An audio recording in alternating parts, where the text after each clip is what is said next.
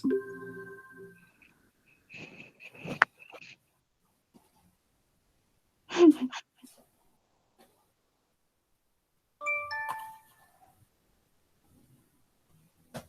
kok pada ngilang?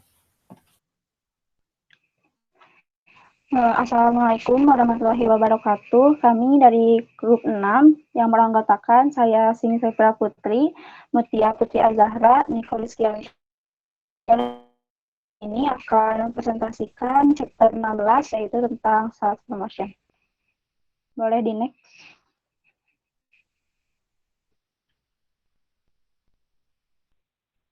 Next.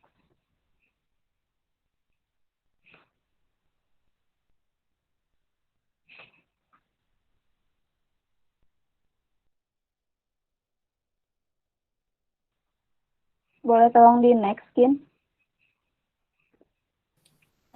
Dah di LO. Nah, di sini ada 5 LO yang akan kami jelaskan. Sekarang akan ke LO pertama, yaitu mengenai describe the role of sales promotion. Next, Tim. Next lagi. Nah, di sini ada the scope and role of sales promotion. Jadi sebelumnya sales promotion itu didefinisikan sebagai bujukan langsung yang menawarkan nilai tambah atau manfaat dari produk kepada tenaga penjualan, distributor, atau konsumen akhir dengan tujuan menciptakan penjualan langsung. Nah, ada 3 aspek penting dalam sales promotion. Yang pertama, promosi penjualan itu melibatkan beberapa jenis bujukan yang memberikan insentif ekstra untuk membeli. Jadi, insentifnya itu bisa berupa kupon atau pengurangan harga, kontes atau undian, pengembalian uang, atau sejumlah produk tambahan. Nah, insentif juga dapat berupa sampel produk gratis. Selain itu juga, yang kedua, sales promotion itu adalah alat akselerasi untuk mempercepat proses penjualan dan memaksimalkan volume penjualan. Jadi, pada umumnya, perusahaan menggunakan potongan harga atau kupon dengan tanggal kadaluarsa untuk mempercepat proses penjualan. Nah, yang kelima itu ada promosi penjualan dapat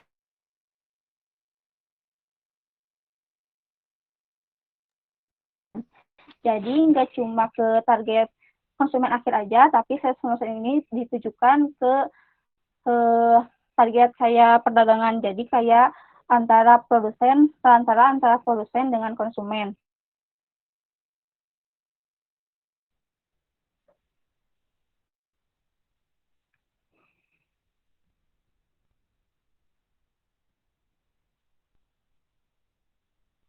Next.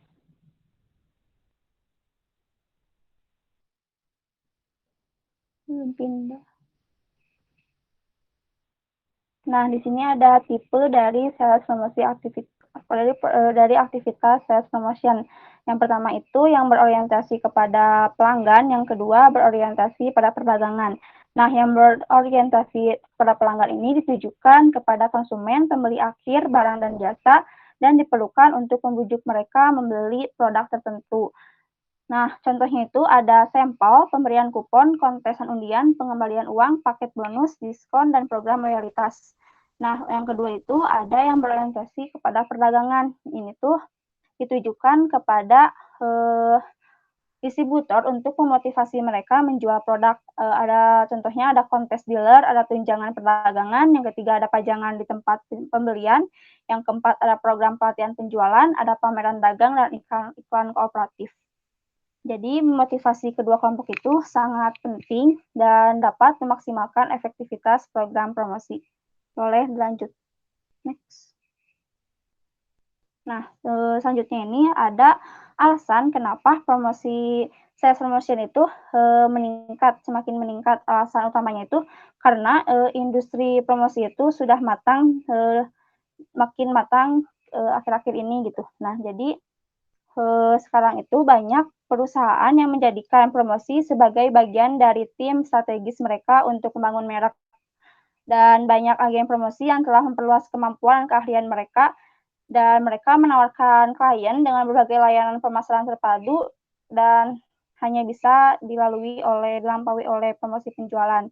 Nah, contoh alasan lainnya itu yang pertama, the growing power of retailer. Jadi, tumbuhnya kekuatan pengecer. Jadi pengecer itu memperoleh data, sekarang itu mudah untuk memperoleh data mengenai seberapa cepat produk diserahkan, promosi penjualan apa yang berhasil, dan produk mana yang menghasilkan uang. Selain itu juga, para retailer juga terjadi konsolidasi industri retail yang menghasilkan rantai yang lebih besar dengan daya beli yang pengaruh yang besar. Nah, selanjutnya itu yang kedua ada declining brand loyalty. Jadi konsumen itu pada dasarnya kurang loyal terhadap merek dan mereka lebih membeli merek itu berdasarkan harga dan kenyamanan.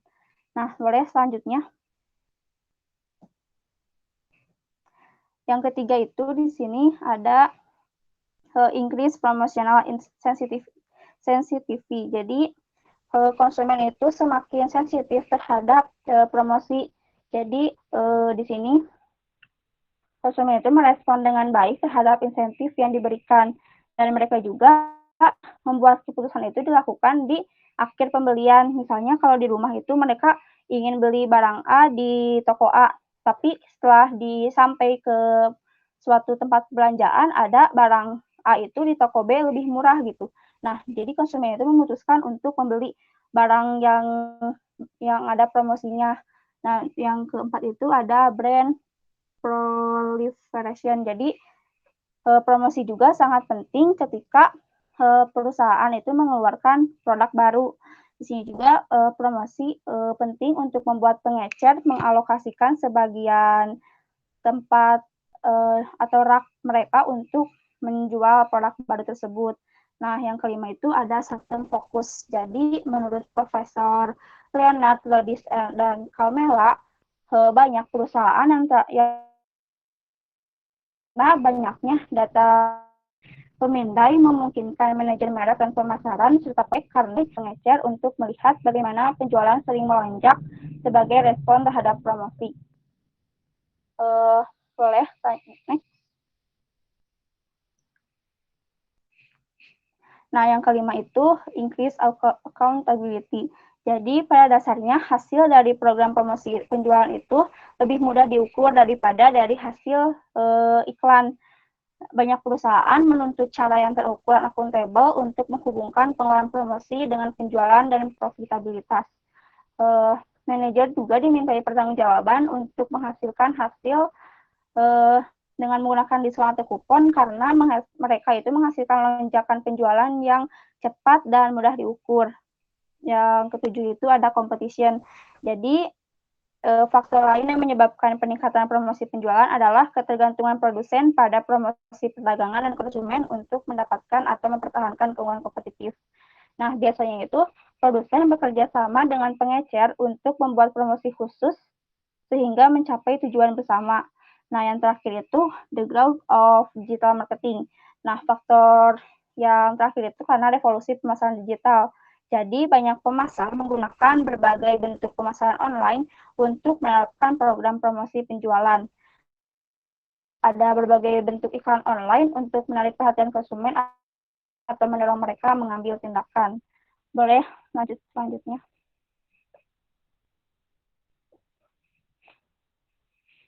Boleh di next.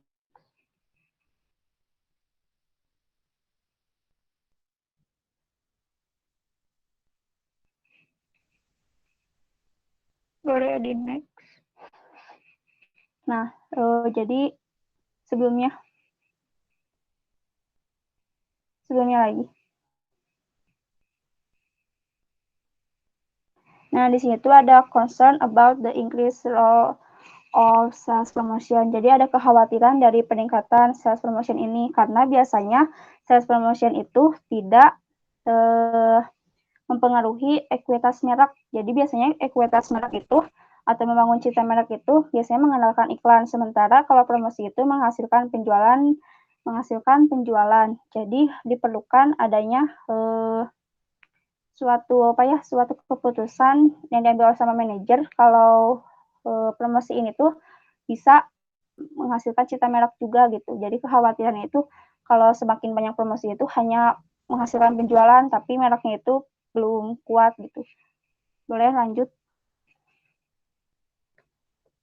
Nah, di sini tuh ada consumer franchise building promotion, sama ada non-franchise building promotion. Nah, perbedaannya itu, kalau yang CFB promotion, yaitu merupakan aktivitas promosi penjualan yang mengkomunikasikan atribut merek yang khas dan berkontribusi pada pengembangan dan penguatan identitas merek. Sedangkan kalau yang non-franchise building promotion itu dirancang untuk mempercepat proses keputusan pembelian dan menghasilkan peningkatan langsung dalam penjualan. Nah, banyak spesialis di bidang promosi menekankan perlunya pemasar menggunakan alat promosi penjualan untuk membangun franchise dan menciptakan kesinambungan jangka panjang dalam program promosi mereka. Boleh?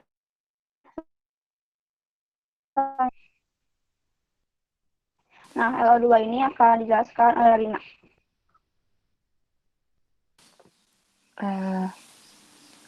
Untuk selanjutnya ada LO2, yang dimana LO2 ini tuh Objective of Consumer Oriented Sales Promotion. Boleh dilanjut? Nah, di sini yang pertama itu ada Obtaining Trial and Repurchase, yang dimana fungsi terpenting dari teknik promosi penjualan ini adalah untuk mendorong konsumen untuk mencoba produk, layanan, atau membuat konsumen tuh menjadi melakukan pembelian ulang atau repurchase. Nah, promosi penjualan telah menjadi bagian penting dari strategi pengenalan merek produk, seperti pengambilan sampel, kupon, penawaran pengambilan dana. Nah, salah satu keberhasilan merek baru ini tuh gak hanya bergantung dari uji coba awal aja, tetapi juga dari dorongan persentase persentase pelanggan yang mencoba merek tersebut untuk melakukan repurchase, serta menetapkan pola pembelian yang berkelanjutan. Nah, di sini contohnya ada contohnya ada Gillette, yaitu pisau cukur pria ya, yang dimana Gillette sendiri ini tuh dia menggunakan sampel produknya untuk mendorong konsumen untuk mencoba. Selain itu juga dia memberikan kupon seharga $5, yang dimana kupon ini tuh bisa mendorong konsumen untuk melakukan repurchase produk yang berkelanjutan. Nah, slide selanjutnya boleh di next. Nah, di sini ada increasing consumption of an established brand, yang dimana salah satu cara untuk meningkatkan konsumsi produk tuh bisa dengan mengidentifikasi kegunaan baru pada sebuah brand atau produk itu sendiri. Nah, salah satu contohnya itu di sini ada di gambar yang di bawah ini ada baking soda merek Arm & Hammer, yang dimana dia mendesain ulang si packagingnya itu dengan mempromosikan juga paket merek kulkas freezer, yang dimana produk ini tuh bisa menyerap lebih banyak bau di lemari es dan freezer. Nah, selain itu juga strategi yang biasanya dipakai untuk meningkatkan konsumsi produk juga bisa melalui menggunakan promosi yang menarik non-user atau bukan pengguna produk sendiri itu, yang dimana atau juga bisa menarik pengguna merek pesaing. Nah, contohnya itu bisa dilakukan seperti memberi mereka insentif seperti pemberian kupon, terus penawaran premium, paket bonus, atau kesepakatan harga yang dimana itu biasanya potongan harga ya.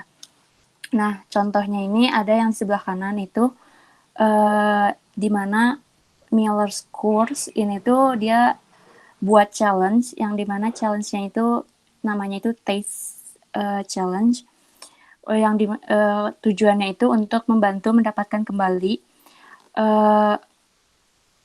pangsa pasar untuk Miller Coors sendiri ini melawan Bud Light, yang dimana merek bir ringan lainnya. Komponen utama dari kampanye ini tuh promosi interaktif di tempat bar, restoran, atau klub malam, di mana konsumen diberi kesempatan untuk membandingkan cita rasa Miller Lite dengan Bud Light. Nah, slide selanjutnya boleh di next.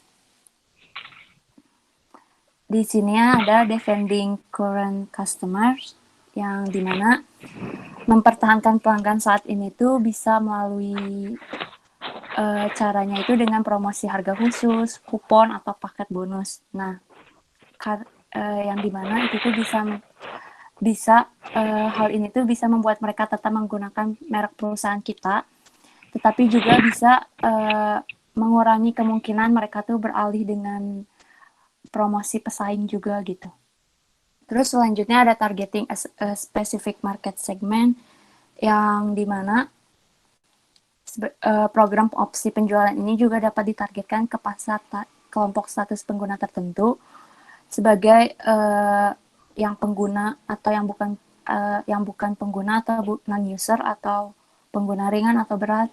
Nah, contohnya ini ada yang di sebelah kanan itu ada Mass Enik, yang dimana dia tuh meng-hire agen promosi untuk jaringan merek Kimberly Clark Kleenex yang menciptakan promosi pemenang penghargaan yang bertujuan untuk meningkatkan relevansi merek dan membangun hubungan yang lebih baik dengan pasar Hispanik. Nah, agensi ini tuh membuat promosi yang disebut Con Kleenex Expressa Spanidad, yang dimana konsumen diundang untuk mengekspresikan tradisi dan budaya mereka melalui kontes seni. Nah, konsumen juga diberikan kesempatan untuk memenangkan seharga $5.000 yang ditambah hak istimewa untuk menampilkan karya seni di karton tisu Kleenex ukuran sedang selama bulan Hispanic Heritage. Nah, selanjutnya bisa di next. Nah, selanjutnya ada enhancing integrated marketing communication and building brand equity. Di sini membangun serta mempertahankan ekuitas merek tuh menjadi tujuan penting bagi marketer ya dalam mengembangkan promosi penjualan mereka. Nah, perusahaan tuh meminta agen periklanan tuh untuk agen periklanan dan promosi itu untuk membangun untuk merencanakan rencana strategis dalam mengembangkan program promosi yang dapat menghasilkan penjualan jangka panjang. Nah, yang dimana perusahaan tuh ingin konsumen tuh untuk menjadi lebih terlibat dengan perusahaan dengan promosi mereka itu gitu. Yang juga perusahaan juga menginginkan lebih, yaitu dengan cara menyajikan ingin penawaran dari promosi agen promosi itu untuk menyajikan esensi merek dengan cara yang lebih menarik lagi gitu. Terus nah, teknik promosi penjualannya itu bisa seperti kontes atau undian dan penawaran premium itu sering digunakan untuk menarik perhatian. Yang dimana pada kampanye iklan untuk meningkatkan keterlibatan dengan pesan dan produk atau layanan dan untuk membantu membangun hubungan dengan konsumen. Nah, selanjutnya, boleh di next. Selanjutnya akan disampaikan LO3 oleh Mutia ya. Jadi selanjutnya ada LO3, explain how marketers use various type of consumer and trade-oriented sales promotion tools. Boleh di next.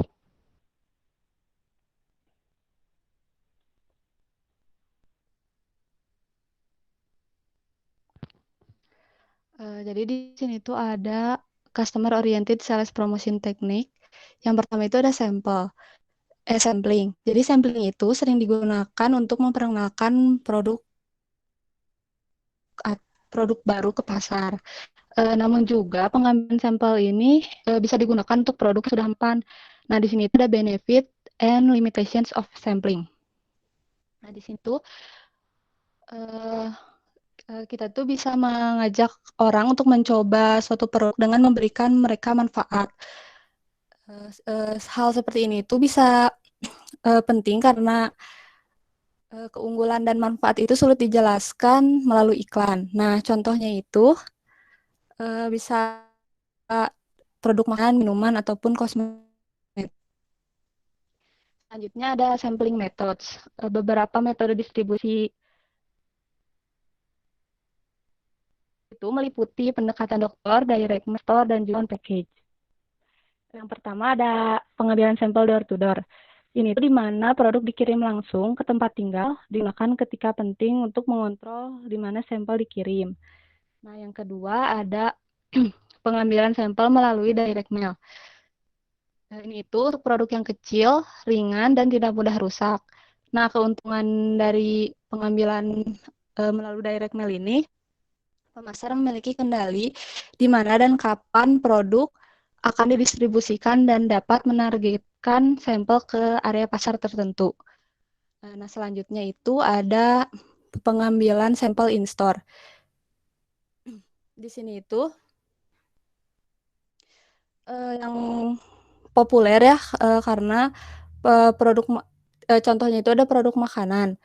Karena konsumen itu dapat mencicipi item tersebut dan demonstran dapat memberi mereka informasi lebih lanjut tentang produk yang mereka cicipi. Jadi contohnya itu seperti memberikan sampel makanan gitu kepada konsumennya dan bisa dijelaskan lebih lanjut mengenai si produk tersebut. Selanjutnya ada pengambilan sampel on package. Nah, di sini itu di mana sampel produk dilampirkan ke item lain, metode pengambilan ke item lain. Nah, prosedur ini itu bisa hemat biaya, terutama untuk perusahaan multiproduk yang melampirkan sampel produk ke paket merek yang sudah ada. Nah, kekurangannya ditujukan kepada konsumen yang membeli barang yang dilampirkan cukup banyak tidak akan menjangkau bukan pengguna merek pembawa. Jadi ya seperti itu cukup. Selanjutnya ada metode sampel lainnya atau ada metode sampling. Nah, di sini itu metode lain yang dipakai itu adalah internet. Di sini internet memungkinkan konsumen untuk mencoba produk mereka dan menambahkan tingkat penargetan baru ke dalam campuran dengan memberikan konsumen kesempatan untuk memilih sampel yang mereka inginkan. Nah, di sini itu ada beberapa perusahaan menawarkan situs web tempat konsumen dapat mendaftar untuk menerima sampel gratis untuk produk yang mereka minati atau mereka sukai. Di sini itu contohnya ada situs web mytownoffers.com, dia itu mempromosikan sampel dan penawaran promosi lainnya yang tersedia bagi konsumen. Boleh slide selanjutnya.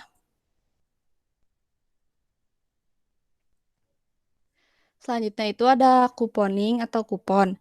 Di sini ada advantage and limitations of coupon. Kupon itu memungkinkan untuk menawarkan pengurangan harga hanya kepada konsumen yang peka terhadap harga. Kupon ini juga dapat mendorong pembelian kembali setelah percobaan awal, jadi akan menimbulkan repeat purchase.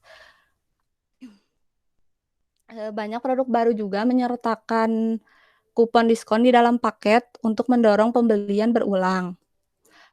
Kupon ini juga dapat menjadi alat promosi yang berguna untuk produk yang sudah mapan. Mereka itu dapat mendorong non-pengguna untuk mencoba merek mereka, mendorong pembelian berulang di antara pengguna saat ini dan membuat pengguna mencoba versi merek baru yang lebih baik.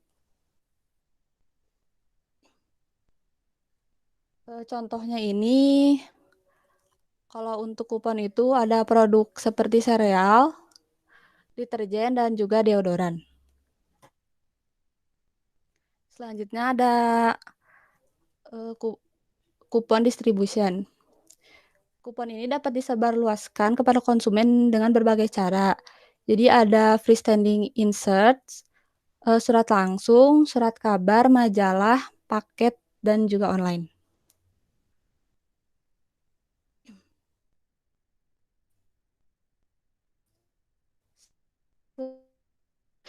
Jadi saat ini banyak pemasar dan pengecer juga mendistribusikan kupon itu melalui internet. Jadi mereka itu membuat web atau bisa menggunakan sosial media seperti Facebook, Twitter, ataupun Instagram. Contohnya itu ada perusahaan Cellfire yang mendistribusikan kupon ke ponsel para konsumennya untuk layanannya. Boleh di next. Yang selanjutnya ada premium. Nah, ini tuh dibagi menjadi dua, ada free premiums dan self liquidating premiums. Free premiums itu biasanya berupa hadiah kecil atau merchandise yang disertakan dalam paket produk kepada konsumen yang mengirimkan permintaan bersama dengan bukti pembayaran.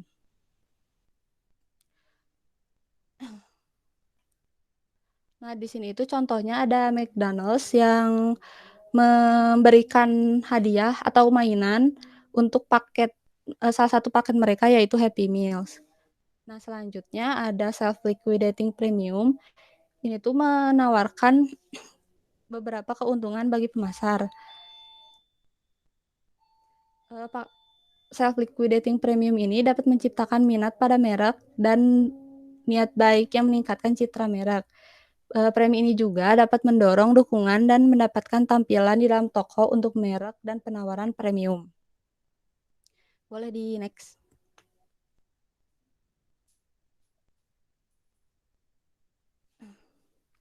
Selanjutnya ada kontes and sweepstakes. Di sini kontes adalah promosi di mana konsumen itu bersaing untuk mendapatkan hadiah atau uang berdasarkan keterampilan atau kemampuan. Nah, perusahaan itu menentukan pemenang dengan menilai entry atau memastikan entry mana yang paling mendekati beberapa kriteria yang telah ditentukan. Nah, selanjutnya itu ada undian. Kalau undian itu promosi di mana pemenangnya itu ditentukan secara murni secara kebetulan. Jadi tidak memerlukan bukti pembelian sebagai syarat untuk masuk. Jadi pesertanya itu hanya perlu mengirimkan nama mereka untuk pengundian hadiah. Nah, di sini tuh contohnya ada Samuel Adams yang mengadakan kontes meminta konsumen untuk membuat bir dan Arizona Beverage USA yang telah mendorong publik untuk membuat teh rasa baru. Yang selanjutnya ada refund and rebates. Di sini tuh pengembalian dana atau dikenal sebagai rabat adalah penawaran oleh produsen untuk mengembalikan sebagian dari harga pembelian produk. Nah, biasanya itu setelah konsumen memberikan beberapa bukti pembelian. Next.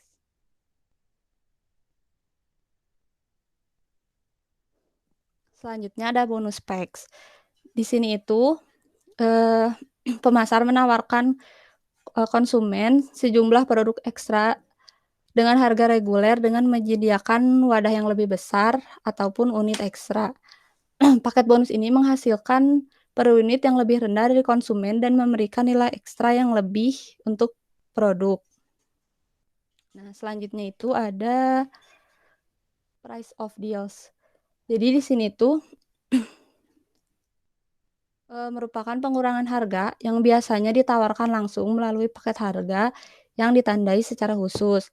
Biasanya itu potongan harganya berkisar antara 10 sampai dengan 25% dari harga reguler dengan pengurangan yang berasal dari margin keuntungan produsen, bukan dari pengecer.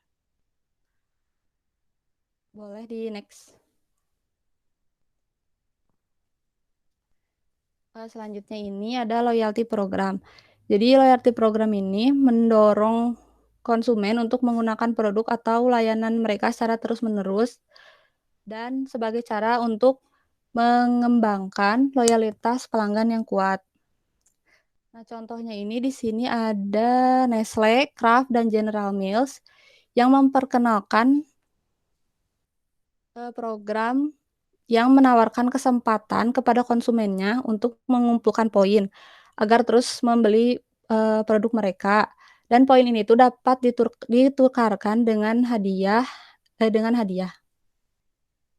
Yang terakhir ada event marketing. Ini event marketing merupakan jenis promosi di mana perusahaan atau merek itu dikaitkan dengan suatu acara atau di mana kegiatannya itu bertema yang dikembangkan untuk bertujuan menciptakan pengalaman bagi konsumen dan mempromosikan produk atau layanannya.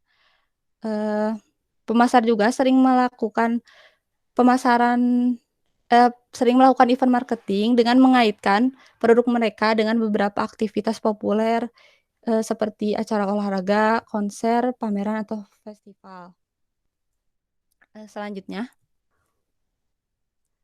Selanjutnya akan dijelaskan oleh Niko. Oke, terima kasih Mutia. Untuk yang terakhir, yang selanjutnya adalah trade oriented sales promotion. Kalau tadi kan orientasi promosinya itu berdasar pada pelanggan atau konsumen. Nah, sekarang sales promotionnya berorientasi kepada penjualan. Nah, di trade oriented sales promotion ini mempunyai tujuan tersendiri nih. Yang pertama, obtain distribution for new products. Nah, dari trade oriented sales promotion ini bertujuan untuk jika memiliki produk baru dari seorang produsen atau manufacturer dapat menaikkan ya gitu tahap growth dari produknya itu semakin cepat gitu. Mungkin dari introducing produknya dibuat spesial gitu di tokonya ataupun bagaimanapun. Jadi sehingga memudahkan produk baru ini untuk dapat mudah didistribusikan. Nah, yang kedua tujuannya adalah maintain trade support for established brand. Nah, kebanyakan ketika ada brand yang sudah stabil nih di tahap maturity untuk distribusi produknya itu mengalami kendala. Jadi ada penurunan penjualan. Sehingga dengan adanya trade oriented sales promotion ini membuat produk yang ada tuh tetap didistribusikan dengan stabil dan dapat dipromosikan juga agar penjualannya semakin meningkat sehingga ada jeda waktu ketika produk ini akan tahap decline gitu dari suatu manufakturernya. Dan yang ketiga adalah encourage retailers to display established brands. Nah, dari trade oriented sales promotion ini memungkinkan dari retailer ataupun wholesaler ya untuk membuat suatu display, suatu tempat produk yang khusus untuk suatu brand sehingga dapat benefit juga dari retailernya. Jadi memiliki kesempatan brand yang manufakturernya mempunyai exposure lebih dari si produk yang ditampilkan dan retailernya pun memiliki benefit ada profit tambahan pastinya. Dan yang keempat atau yang terakhir dari tujuannya adalah build retail inventories. Nah, retail sendiri kan perputaran produknya cepat sehingga membutuhkan inventories atau stok barang pun ada terus. Nah, ketika banyak barang, banyak produk yang ada di inventories, ada di gudangnya, sehingga membutuhkan biaya lebih tuh untuk pengurusannya.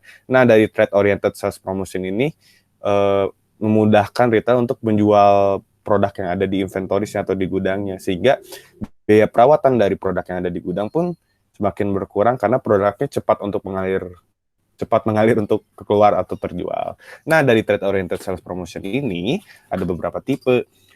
Ada 1, 2, 3, 4, 5, 6. Nah, ada 6 tipe ya.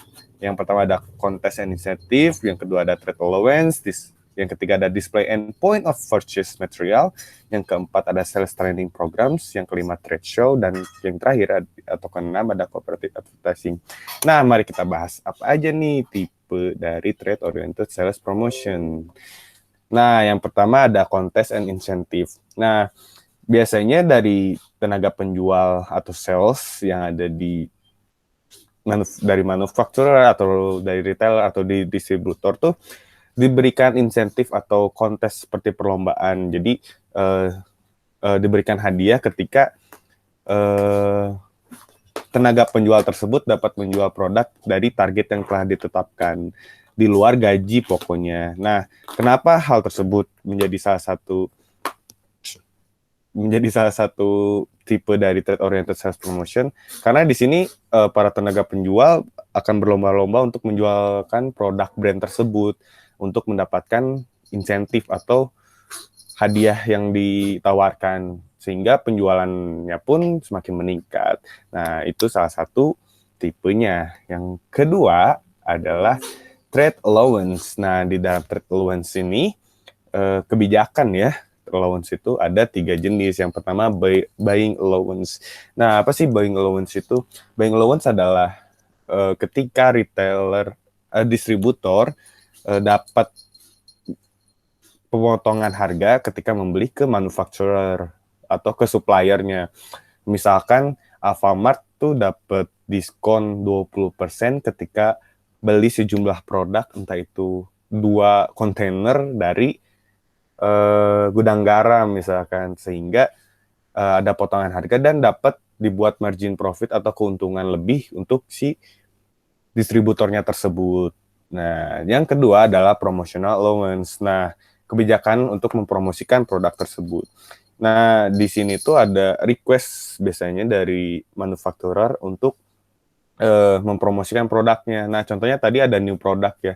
Nah, ataupun yang membuat suatu tempat untuk khusus suatu brand.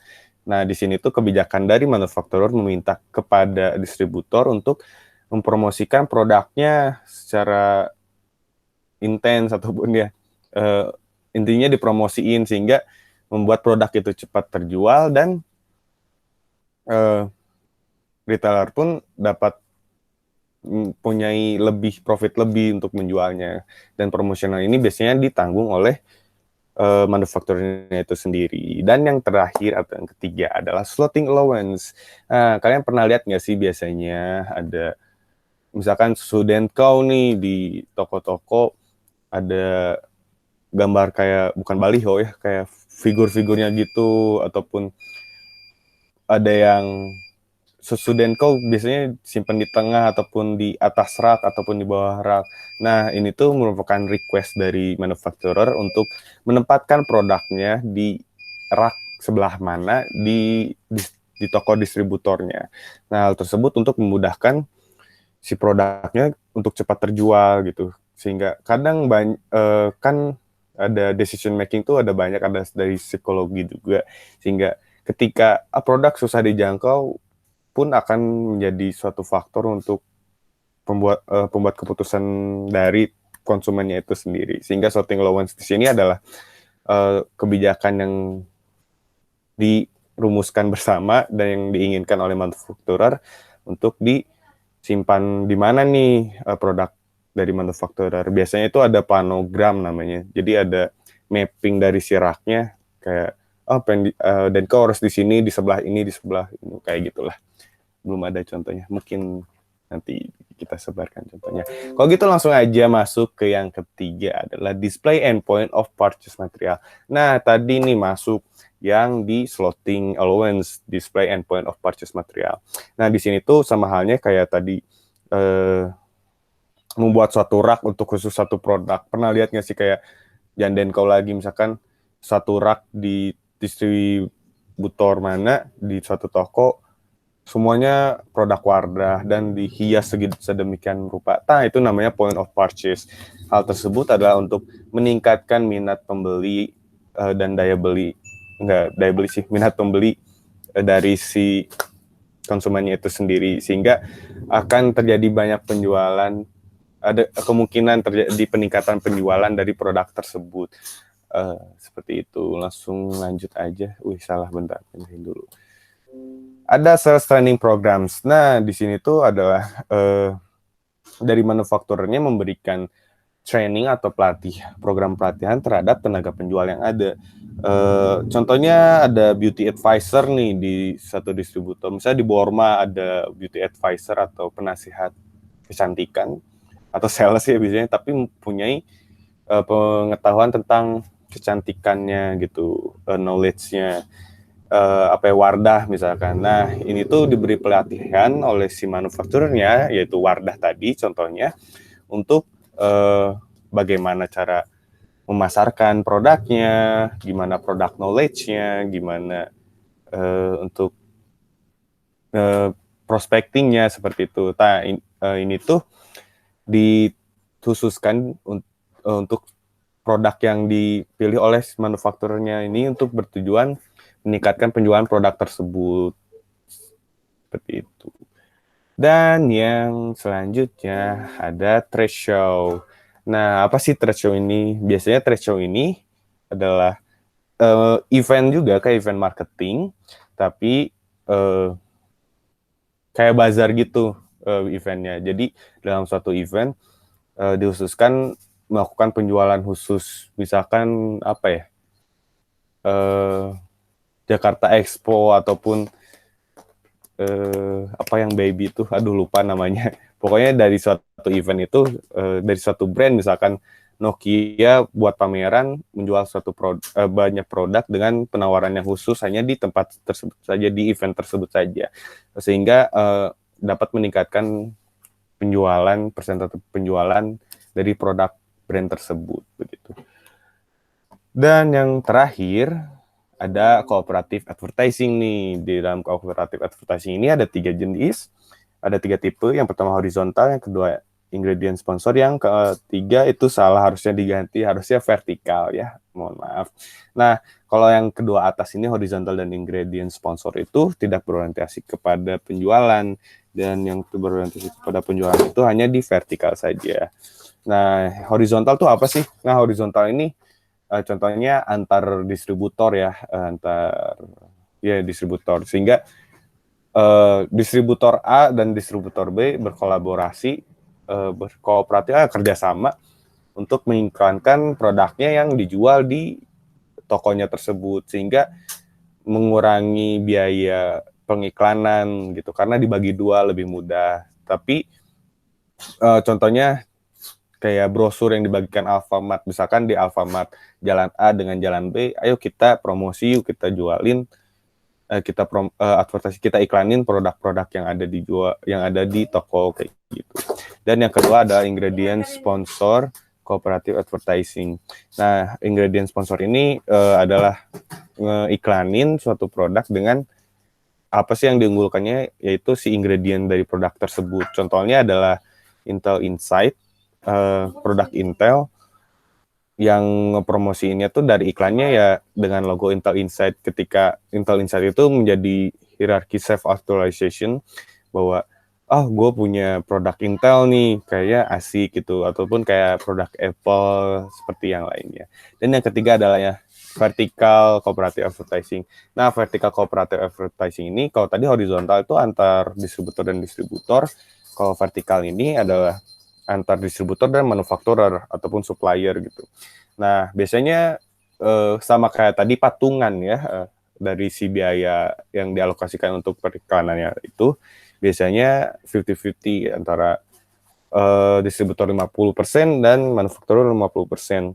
Nah, di sini biasanya manufacturer tuh meminta terhadap distributor untuk mengiklankan produknya, mungkin melalui dari direct marketing, lewat email ataupun SMS, lewat sosial medianya, lewat aplikasinya. Alfamart kan banyak gitu, mempunyai CRM yang bagus ketika dengan member Alfamart-nya gitu, sehingga hal tersebut tuh jadi suatu jalan buat manufakturer untuk meningkatkan penjualannya juga dari promosinya melalui iklan tersebut.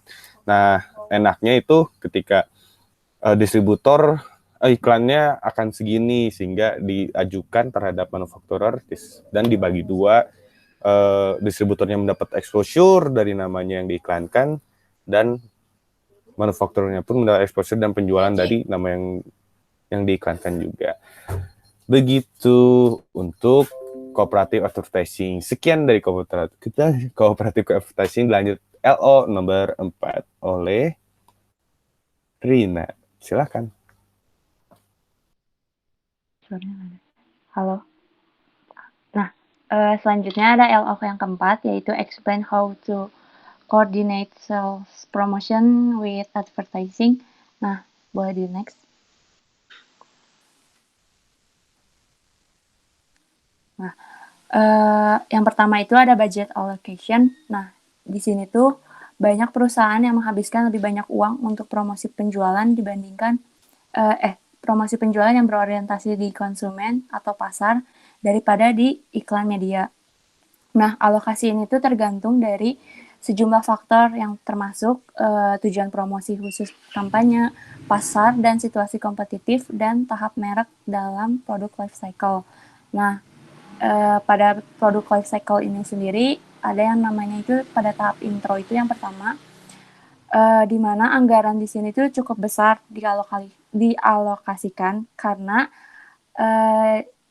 untuk teknik promosi penjualan seperti pengambilan sampel, kupon untuk menstimuli konsumen untuk mencoba produk. Nah, namun kalau di tahap growth ini tuh promosi dapat digunakan terutama untuk iklan yang menekankan perbedaan merek dari merek pesaing sehingga menjadi menjadi beda sendiri di dalam pikiran konsumen sendiri. Nah, selain itu tahap maturity itu iklan merupakan pengingat yang untuk menjaga konsumen menyadari suatu brand tersebut. Nah, promosi penjualannya ini tuh berorientasi kepada konsumen seperti kupon, potongan harga, paket bonus yang mungkin diperlukan secara berkala untuk menjaga loyalitas konsumen, menarik pengguna baru. Selain itu juga melindungi dari persaingan juga. Nah, tahap yang terakhir itu kan tahap penurunan atau decline, yang dimana sebagian besar dukungan promosi itu bakal mungkin dihapus karena pengeluaran untuk promosi penjualan itu tidak memungkinkan juga. Nah, selanjutnya ada coordination of ad and promotion teams. Di sini tuh untuk mengintegrasikan program periklanan dan promosi itu untuk sukses tuh tema promosi konsumen itu harus dikaitkan dengan positioning perusahaan. Nah, promosi penjualan itu harus mencakup spesifikasi dan benefit dari suatu brand untuk memperkuat pesan penjualan atau tema kampanye iklan. Nah, di sini ada contohnya yang di sebelah kanan itu.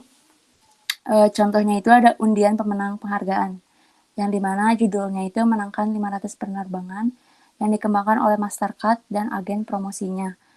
Nah, tujuan dari kampanye ini tuh untuk mendorong penggunaan Mastercard selama periode waktu yang ditentukan, yang nantinya akan diberi kesempatan untuk memenangkan 500 tiket pesawat kemana saja. Nah, boleh di next selanjutnya. Untuk selanjutnya itu ada media support and timing. Dukungan untuk program promosi penjualan itu sangat penting, yang dimana harus dikoordinasikan dengan program media untuk kampanye iklan. Nah, iklan diperlukan untuk menyampaikan promosi penjualan serta menginformasikan konsumen tentang tawaran promosi. Nah, yang dimana tujuannya itu untuk menciptakan awareness kepada konsumen, selain itu juga untuk menarik minat dan minat konsumen juga. Selain itu, menggunakan promosi tanpa iklan sebelumnya tuh atau di saat yang bersamaan tuh dapat membatasi keefektifannya atau beresiko juga merusak citra merek tersebut.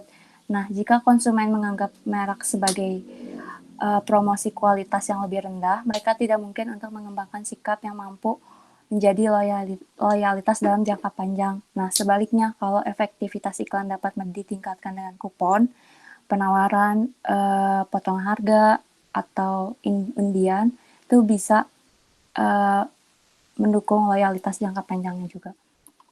Terus contohnya itu ada di sebelah kanan ini, yang dimana kampanye ini tuh dikembangkan oleh Unilever untuk lini produk Dove Men and Care, yang dimana Unilever ini mengirimkan sampel produk dan produk pencuci muka ke lebih dari rumah di Amerika Serikat bersama dengan kupon, dan juga menggunakan promosi yang ditargetkan kepada pengecer sebagai dalam tahap pengenalannya. Nah, di bawah ini ada tabel di mana menunjukkan bagaimana peran agensi promosi itu berubah, yang dimana tradisional yang pertama itu lebih mengembangkan dalam konsep jangka pendek. Nah, untuk yang terbarunya itu dia mengembangkan strategi untuk jangka panjang dan jangka pendek juga. Nah, untuk yang kedua itu agen promosi dikontrak per proyek. Nah, untuk yang terbarunya itu dikontrak pada tahunan. Nah, selain itu juga yang ketiga ada pada tradisional tuh agen promosi banyak menggunakan gabungan di mana menyewa sesuai dengan spesialisasi masing-masing. Nah, kalau untuk yang terbarunya itu 1 atau 2 agen promosi eksklusif untuk setiap divisi. Nah, yang keempat itu ada 1 atau 2 orang dari kontak dari agensi yang dimana tradisional itu. Nah, yang terbarunya itu seluruh grup intinya itu ikut berkontribusi.